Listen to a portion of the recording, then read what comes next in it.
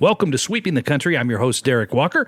My co-host, he's sitting right here in a lazy boy, Mr. Jimmy Carter. Hey, Jimmy. Yeah, I need to be having driven another 1,900 miles. Your truck is a lazy boy. That I'm chair is so comfortable. I'm up to 11,000 on that truck, and I've only had it a couple of months. You know, it's That's really insane. Crazy.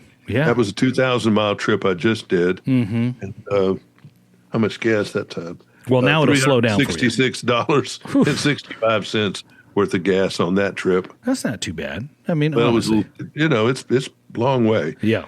It was interesting. here I was almost for a year, just was going up and down the interstate between here and Nashville, and that was it. Yeah.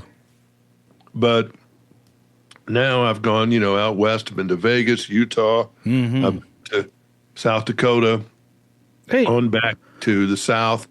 And then I've gone to Virginia, Washington, D.C., and then, through Atlanta and back here. Okay. And, so of course, this time of year, all the roads, there are a number of roads that are under construction. Yeah. No doubt about that. And the weather has been goofy. I mean, I agree. In the south. I've missed a lot of it, but they've had torrential rain. I mean, like Noah's Ark kind of rain in some places where they had to cancel one country festival this weekend because the grounds were so wet they were never going to get them dry. Well, I got to ask you something. I wanted to ask you where you've never been, but that might be a loaded question. But for people that haven't been to the Washington D.C. and that kind of, which is me, I've never done it. My wife has done it. I've never done it, but. Is it worth doing? I mean, is it something you would recommend and say, hey, everybody should go? Absolutely. Okay. Maybe more so than most places. Wow. Okay. Yeah. I mean, because all these things are so iconic that you see, I mean, and particularly going there on a weekend when things are a little less busy and the employees of government and the government wheels aren't running. Okay. Like for this past weekend, we were able to drive up pretty close, to the Capitol. And the parking lot was completely empty where all the employees parked. You got to be kidding. And you just got out and took a picture, in front of the Capitol. And it was just easy. It was nice. And drove around the backside of the Capitol where the Supreme Court Library of Congress is. That's cool. And a real slow drive by those things, able to look and take pictures. And that's cool. I mean, and so that's fun. I know I've been going there since, I don't know. I mean, as an adult, I've been going there pretty much since my early 20s. Yeah. And, I had family there for a time, and so I know my way around real well in the Washington area, in Washington, Maryland. It's not really a big area either, is it? I mean, it is. It's pretty spread out, and you got to know where you're going. Oh, I imagine that. Sure, yeah, because you get all screwed up, with stuff. But one thing, about it up there, and I was talking about this today at lunch. If you're going up there, no matter how you go, whether you go air, sea, or whatever, but your car, it's nice to have a car and drive around because you can make a list of things you need to see, but you can't get out, but you need one almost to be able to do some volume. Run by here, I can ride by there, and you see it all that way. And then you're going to have to taxi or Uber, to do many things, like to go eat. You're not going to eat in the district and find a parking place. So easier just to Uber or whatever. Way no easier. Just saying you can't go. I mean, there's one or two places that have valet parking at $25 minimum. Jeez. But, otherwise you're just going to have to go Uber because you can't go. So I was starving to death, and finally I was over this was on Sunday, middle of the day, and I looked up a restaurant. I found it on Siri or Google, one of them. Luckily, they had a parking place out in front. And I went in there and had one of the best Italian meals, I've had, as well as I did at Patsy's in New York or any place I'd been. Wow. Okay. Just one I just happened to got lucky and found Frederico's on 23rd in Alexandria. But I could imagine Washington is just a fun place to look at, but it's kind of. I was watching these tourists walking around at the Washington Monument and walking from here to there, God, it just looked like the Bataan Death March. I mean, really, it's hot. That place is always either hot or cold or something. And, it just, I was so glad I was in my car. I didn't need to go walk up to the Washington Monument. I can see it. It's beautiful. Yeah. I don't want to go to the top of it. The Capitol is fun to go in. You got to do a little pre-planning on that. And then you go under this underground visitor center and go through that. And you sometimes helps to get your congressperson or senator to, which they'll do, get you something where you can, go up and watch the Senate or the House in session. Oh, that's cool. That's fun to do. And walking around the Capitol on a guided tour is fun. And the White House is now, these days, it's pretty close to impossible to get in the White House. Luckily, I got in it during the Carter administration.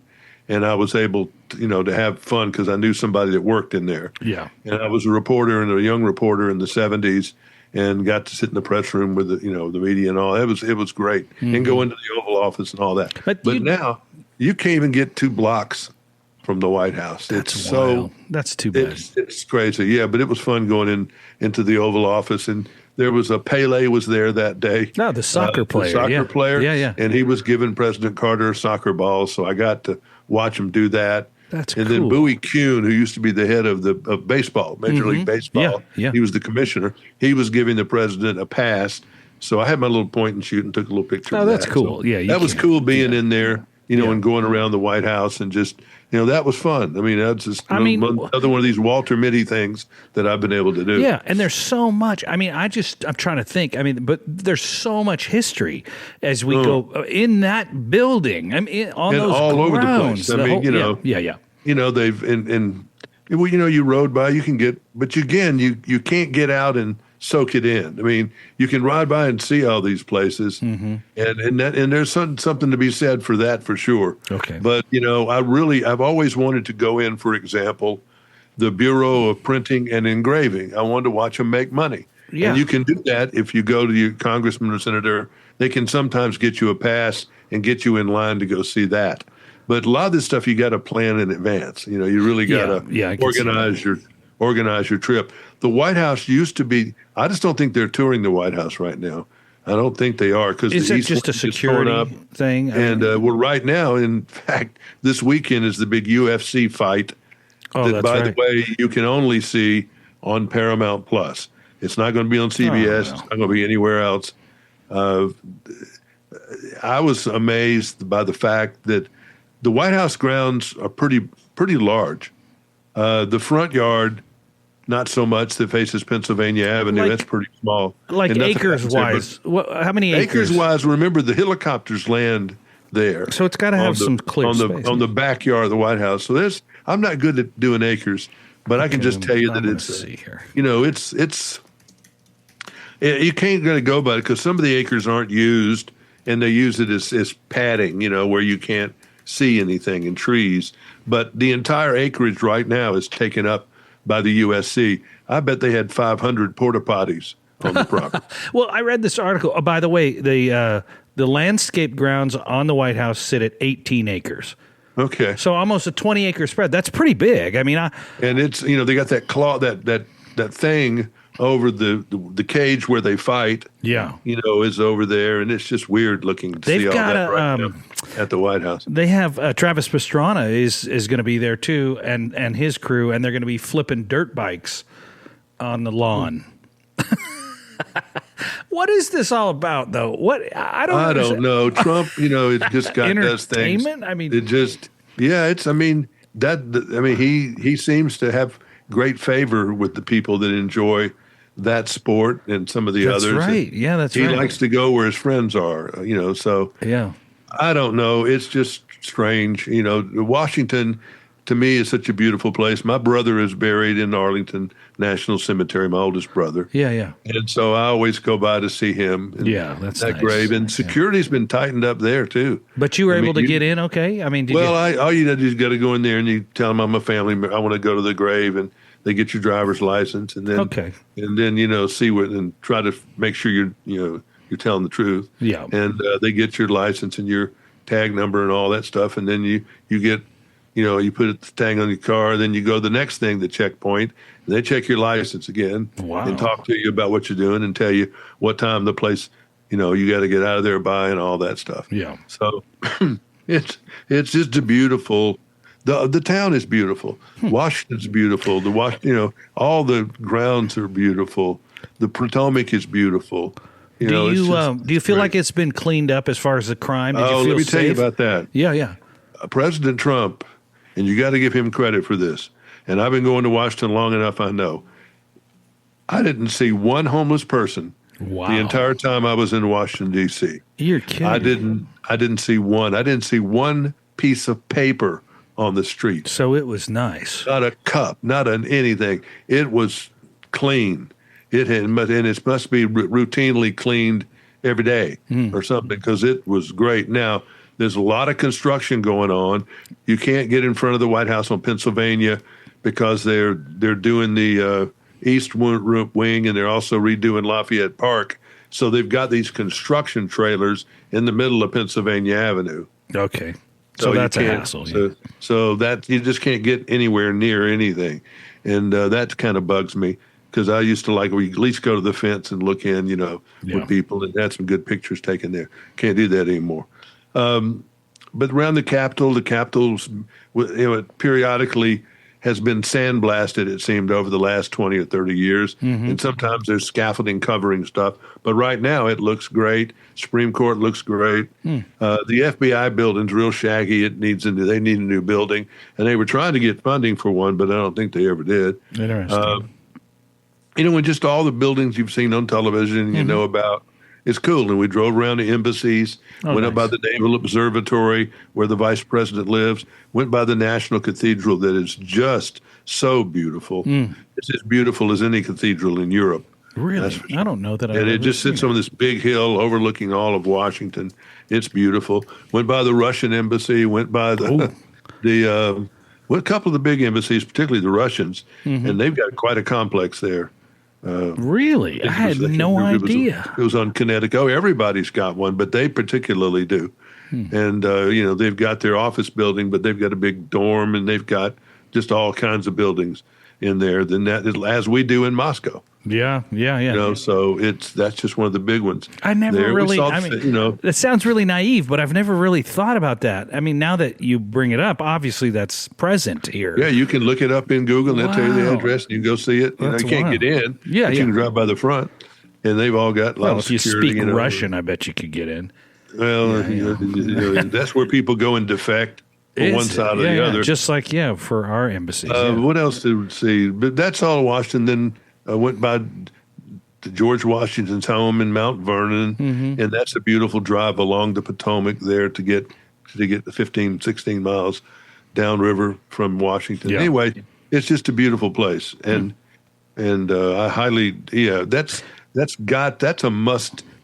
New York City is a must visit place too. Yeah, for people. I agree with that. You got to go to New York, and it really helps in that city and in Washington if you're with somebody who's done it before. I agree with that. Knows a little something and knows how to, kind of get around some of the stuff, or just kind of knows the difference from K Street in Nebraska, I think you're right. And, you had mentioned earlier about the restaurants and everything. I imagine in a city, and New York is probably similar to Washington in that there are a lot of good restaurants. Well, New York's got everybody beat on that. It's They've got so good. That even survived COVID, Little amazing. And just Chinese and just whatever it is you want, you can get it in New York at City. At any hour of the night. And just about, and there's just great sections there. New York's, damn it, I hate that they've, that it's sort of messed up in some ways. I don't feel safe there like I have before in the past. I taught school there. And one couple I taught, Belmont, we opened up a New York campus, and I taught artist management up there on weekends. Wow. For a while. And in fact, we had our classes. We didn't have a building, but we had classes, and we rented out space in the Studio Instrument building. And I remember conducting class, and next door they were doing drumming lessons. Perfect. So, oh my God. So that was interesting. That's funny. But New York is just, is just an experience from going through Central Park and just looking at the buildings and Statue of Liberty, all that stuff. The Statue of Liberty and all the tourist stuff. Taking the boat and take the circle cruise around Manhattan Island. Empire State Building. That takes a little while. Empire State Building, going up there is still fun. It is. It's going up on top of the NBC building is fun. It's the Empire State Building to me was like a throwback in time. I felt like I was I mean, it's such an old building. The elevator is just beautiful, and you get into Art Deco. Yeah, during the Art Deco era, man. And it's just bigger than life, it is. Yeah. The things about New York, including the Statue of Liberty and everything, it's not a letdown. It's what you thought it would be and maybe more. I agree. I remember whether it's Macy's or whether it's going to Central Park. It's all everything and more. Fifth Avenue, all the everything. The plays. I remember getting there and thinking, and I'd been to San Francisco and Seattle. I remember getting to New York, and then somebody said, "Well, explain it to me." And I said, "It's like 20 San Franciscos." True. It's just true. Like never ending. There's a pizza San Francisco's basically a really small city. Yeah, it is. Really. Just the city part of it. Yeah, it is. I think the population's only, 500,000 or 600,000. Always has been about that. Yeah, and Seattle too. Seattle's not that big city, the actual city. But the whole area is humongous. Indeed. And New York City is intense because it is crowded. And, and getting around there. And plus, New York can be very expensive. Washington, that's true. Yeah. Not so much. You can save some money, and it's not it's not like New York City anyway. Yeah, interesting. And just a lot of it's just both those cities, are just I've loved them over the years. I mean, I've gone back again and again, and I can't name that many cities that I felt that way about. I still sort of enjoy going to Miami. And I'm not sure why. I kind of do. Still. You've always liked going to that coast. I have a lot of nostalgia there. Yeah. I mean, I've talked to you many times when you're on the beach in Florida. I really have. I mean, the big cities, though, Miami, I have good memories because we went there a lot when I was a child. Did your dad take you to Washington when you were little? Got to sit in the Supreme Court. Yeah, I imagine. He knew the Supreme Court Justice Hugo Black. Oh, wow. Who was from the South. And so I was little, like 5 years old. Damn it, and I got to sit in his seat. I remember hearing about that, man. But they didn't have pictures in there. Yeah. But Washington, been in New York a lot, even as a kid, because my brother graduated from West Point. So we were up there when I was 5. That was my first trip. Yeah. And been going back, a lot ever since then for work and for pleasure.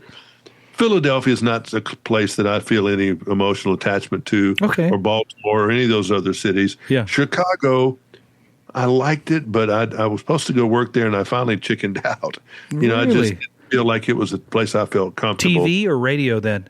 TV. And I just didn't feel comfortable not turning. How about Boston? You been to Boston? Boston I like, but I never thought I mastered it, that's for sure. Yeah.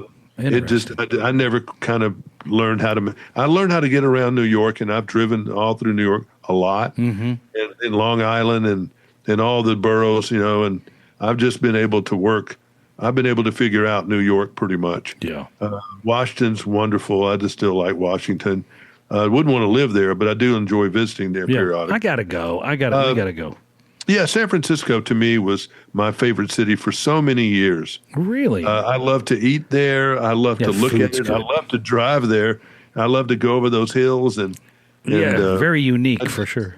I mean, it was, I knew somebody that was living there, and it got kind of, I would go see her periodically. Yeah. And she was a chef. She was in chef school, in confectionery school. Oh, candy, huh? Yeah. And she had, you couldn't do that first. She already done the other. Yeah. And then she took confection, and with things they had to do. But it was kind of creepy living there because, every afternoon in certain times of the year, 3 or 4 o'clock, that fog comes in. Yeah, it rolls right in over you. And when that fog comes in, the town takes on a whole nother feeling. That's interesting. I never thought about it living in that area because it happened to us all the time. But yeah, you're right. But I mean, every day it did become like a cloudy, almost rainy day. Yeah. There at the end. Oh, this is weird. You know, but I mean, I've had a lot of great things happen in San Francisco, and I have some feeling for the city and hate, of what a lot of things that have gone on there. Yeah. Los Angeles, I still have a lot of love for Los Angeles. It is a great city. It's been managed terribly. I have not been there since the Pacific Palisades burned up. Yeah. And I think it would break my heart to go there. I mean, I just really, it's kind of like you want to remember somebody that was while they were alive and not what they looked like when they were dead. No, I would agree. I would agree. And so LA, though, it's just it's a special place, but it's outrageously expensive to go to now. Really? Okay. I mean, the hotels, they're all for the nice ones in like Beverly Hills and places. They're $400 and $600 a night. Yeah, that's out of my league. Yeah. And that's just crazy. Yeah. But there's a lot to do in Los Angeles area, and I love Disneyland so much more than Disney World. That's interesting because because of the weather. Okay. The no humidity, and the weather makes it so much better to me. Yeah, you could enjoy it. You're not sweating. Not sweating like a dog. I mean, it's pretty fascinating awful in Central Florida there. Another city that I still think is very special is Las Vegas. Really? Okay, yeah. I mean, I don't love it like I used to. Yeah. Because I have a back issue and I can't walk. It's a walking town, more even than New York. You got to walk to do anything. Yeah. In Las Vegas. But if you don't have any trouble walking or any problems with that, you're good. Yeah. But just be prepared to do a lot of walking. Yeah. Do it while you're young. While you're young. Take that play. That's a young person's town. I agree. Really. Yeah, I think so too. It's a young person's town, but it's fun, and there's a lot to good things to eat there, and it's a fun place to visit of the big cities, and then that's about it. I mean, there's nothing that special about any of the others. Come on, you don't love Nashville. I lived in, and I don't. Portland.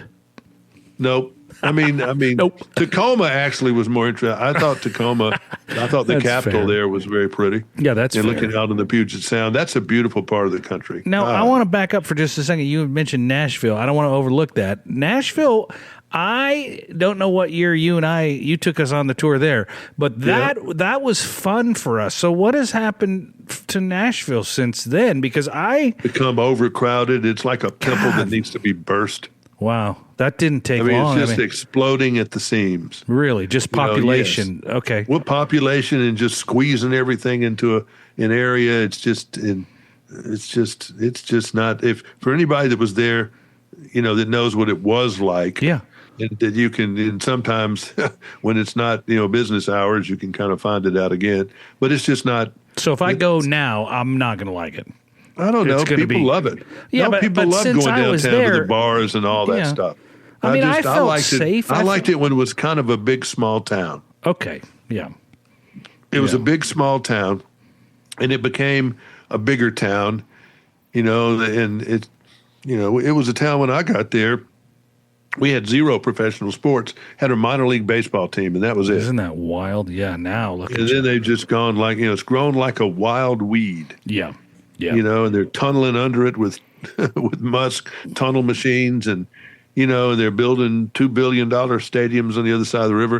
And it's not like I don't like growth, because I love New York City and Los Angeles. Yeah, right. Those are big cities. It's just those towns are pains in the ass to drive around in, and to get a plumber, and to do, things that you need to do to live somewhere. Do you think, because I think about, when you just said that, I think, well, probably Nashville grew too fast for the infrastructure that it had, right? Oh, yeah. So then I think about, but New York had to have been doing that when it started. New York is just New York. But how did it make it through all that? I mean, it had to have grown at exponential, volume as well. Well, because it's laid out for most of the lower part of Manhattan isn't. That's the original part. Yeah. But once you start getting into the upper 4/5 of it, it's laid out in a grid. I think it was some kind of orderly plan to some degree as it built. I got you. And even though it's outbuilt to run itself, but it's still got the subways. Yeah. And it's got it's doable. It just needs to get, the crime needs to get whacked out. Needs to be really cleaned up. And Giuliani had it pretty cleaned up. Yeah. You felt pretty safe. There was always a little, you didn't go out running around in certain areas at certain times of the night. Yeah. But now, people getting stabbed on the subway willy-nilly still. Yeah. And even though they got more cops, and New York's just a mess. And this reminded me of something that I was going to talk about today. It just gets me, irritated in the fact that, this involves L.A. and involves New York, Washington. Did I tell you that I didn't see one homeless person the whole time? Yeah. That's amazing. I didn't see a piece of paper. All right.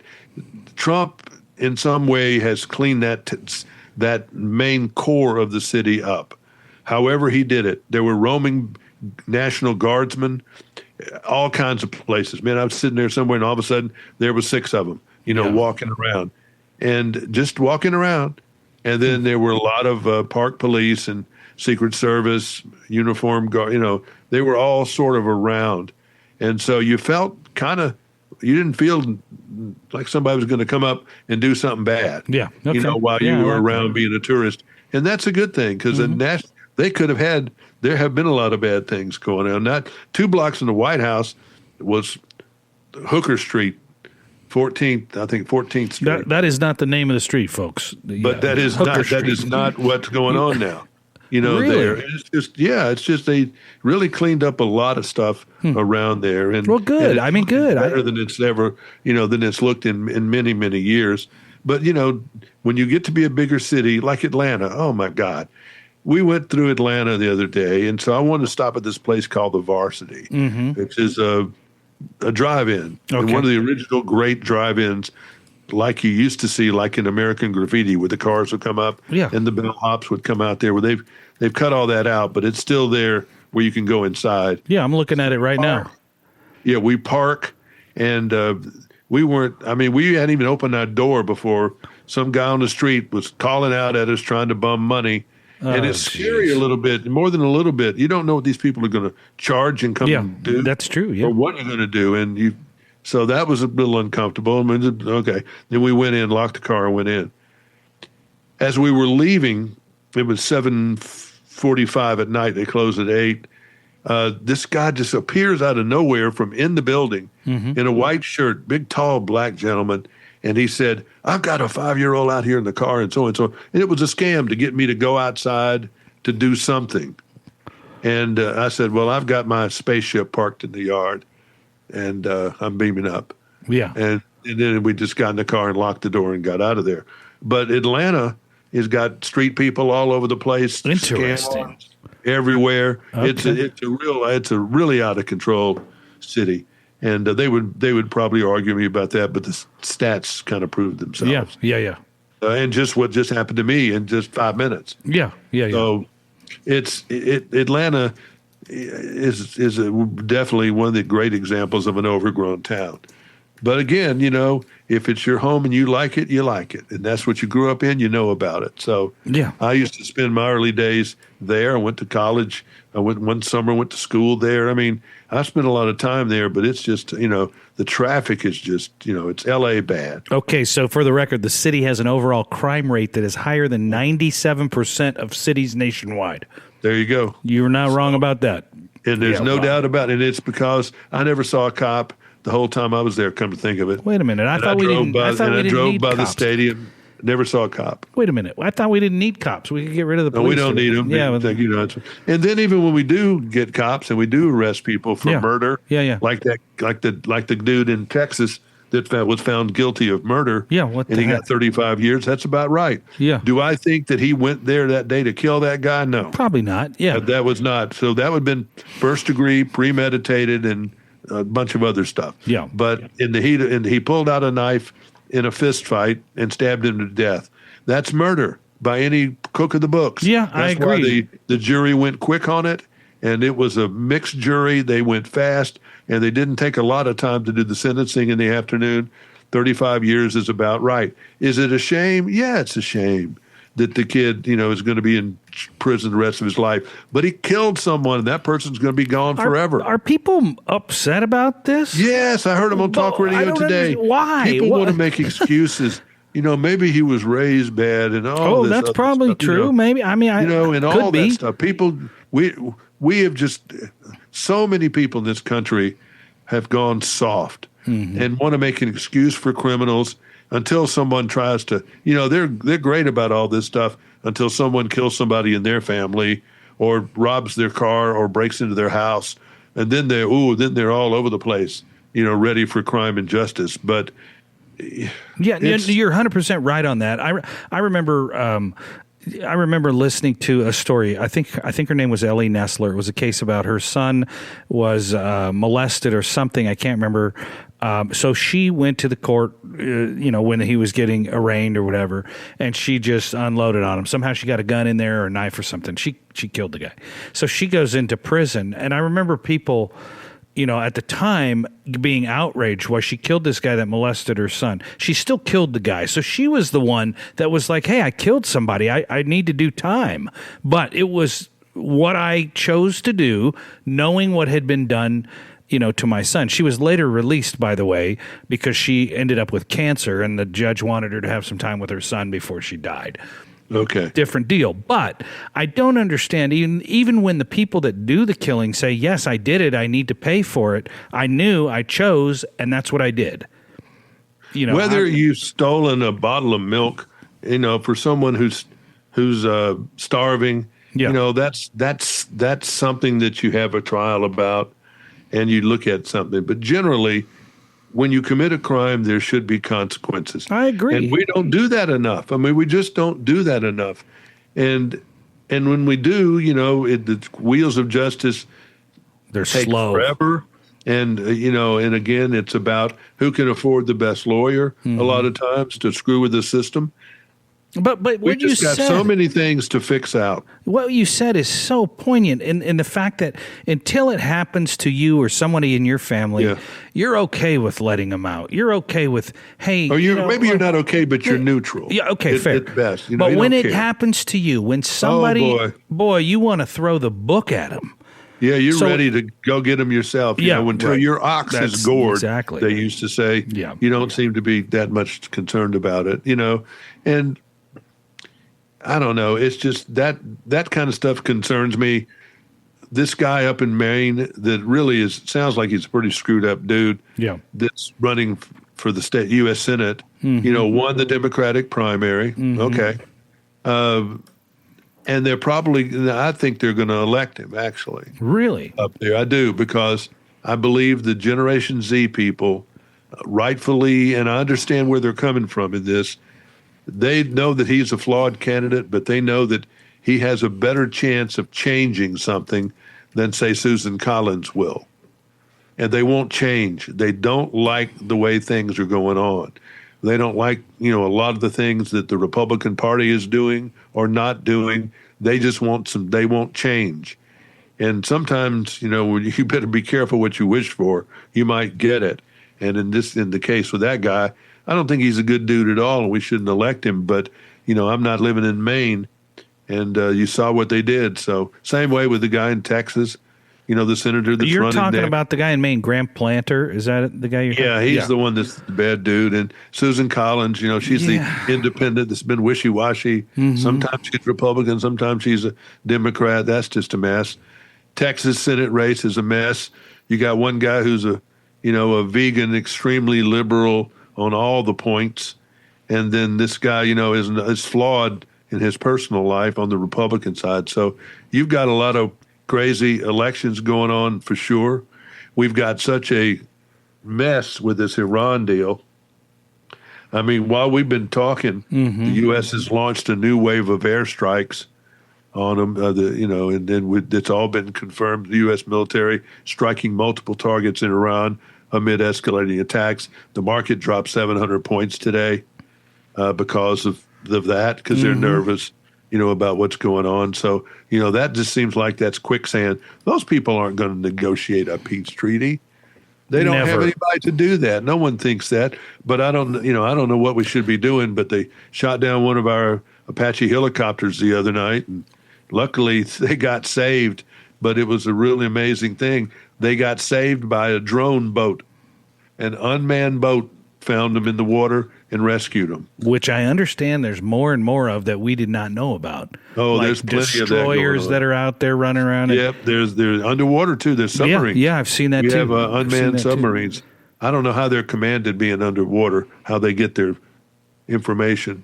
I don't either, but I remember. I don't know how that works. I remember wakeboarding in Lake Pend Oreille, which you've been to, where they do testing out there. Those are unmanned underwater craft that they're testing. They've been working on these things for decades. Long time. Long time, and also they've been testing some of that stuff on the Columbia River. Oh, really? Where the Columbia comes out in Oregon and Washington border. Sure, down there. They've been doing a lot of special forces training over the last 10 years there. Because that's a real weird area. When that Columbia River comes out, it's a big body of water. It's huge, yeah. And when it meets that Pacific Ocean, there's stuff that goes on, so it's a good place to test. Fascinating. But you're right. Nobody's going to negotiate, and because part of the reason is we have no one to negotiate with. I mean, there's so many. Well, they killed everybody, right? So who's in charge? We don't know. It's number 48. On the top 40, and, and that's by proxy he become the number one person. Yeah. So that's a mess over there. I think obviously they had more stuff than we were led to believe they had.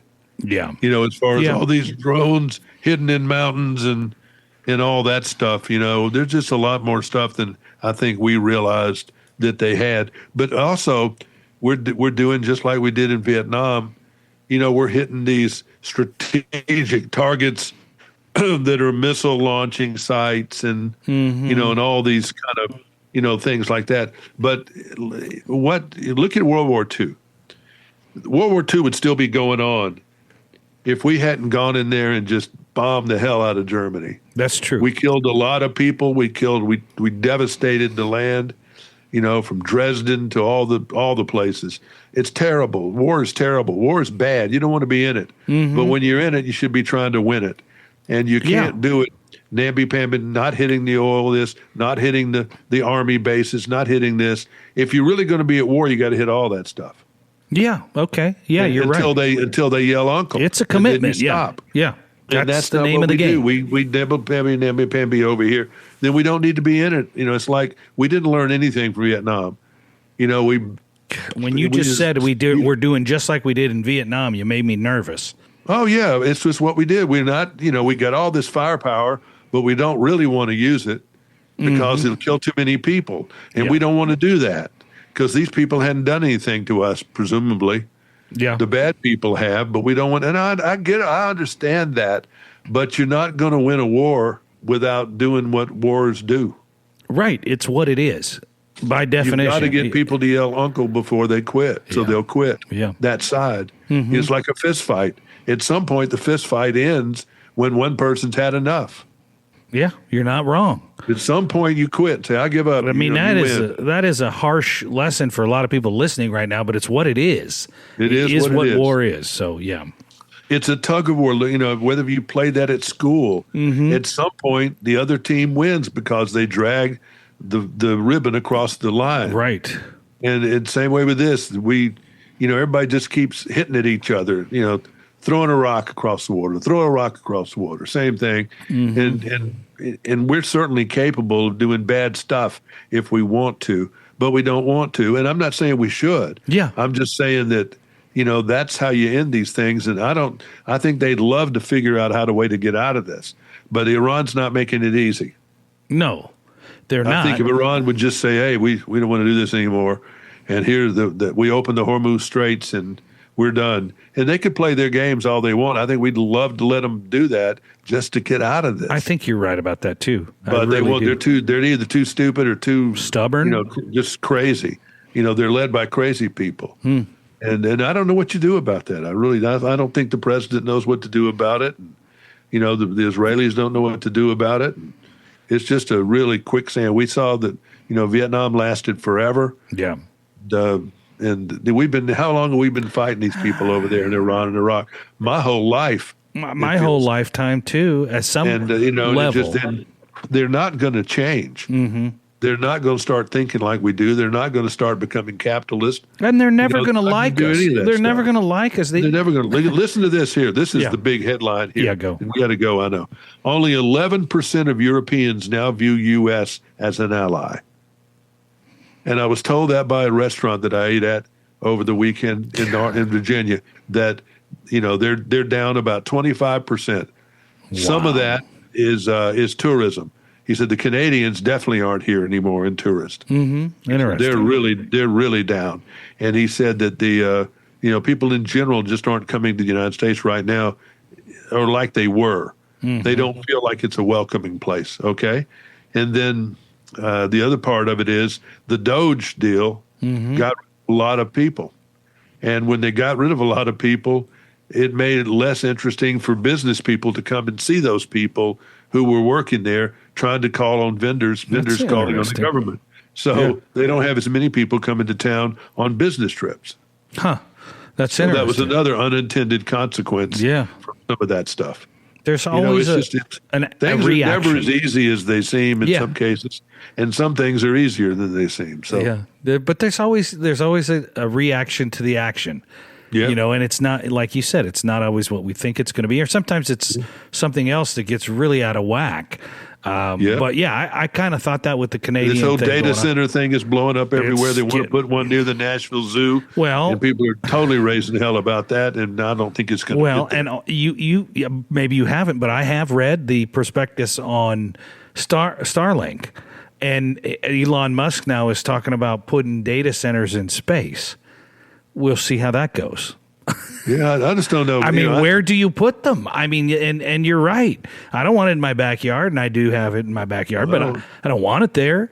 But where do you put them? I don't know what it does. I don't either. But I know it uses water and power. We found out later on these big high tension lines the power companies use to send things. Yeah. When it goes through certain neighborhoods, there's been an increase in. I mean, there's some monkey business. Yeah, you're right. Yeah. Same with 5G. That's been an issue too. People talk about 5G. I don't know if it's real or not.